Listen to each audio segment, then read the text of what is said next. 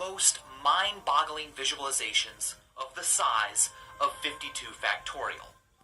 Imagine setting a timer to count down 52 factorial seconds.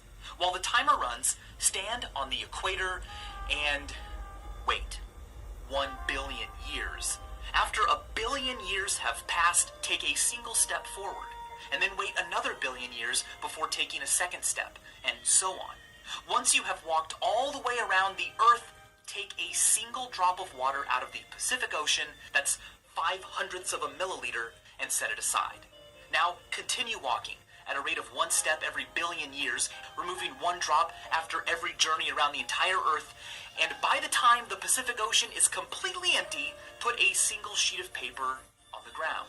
Refill the ocean and keep going until the stack of paper reaches the sun. At that point, how many seconds will be left on the timer? Will it be 0, a few hundred, a few billion?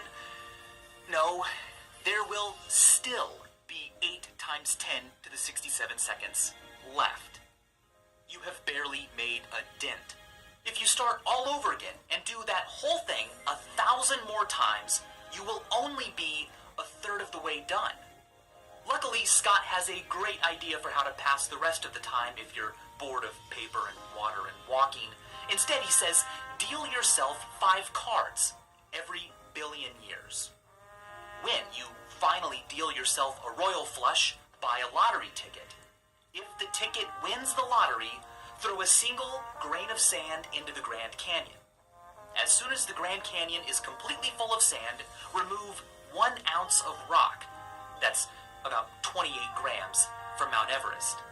By the time Mount Everest is leveled, take a look at the clock. This is what will be left. Do the whole royal flush lottery ticket Grand Canyon Mount Everest thing 256 more times, and then, and only then, will your timer have reached 0. That is how big 52 factorial is. It's pretty big. But now think about this. The number of possible people, the number of different humans there could be is, well, even larger. What that means is that even though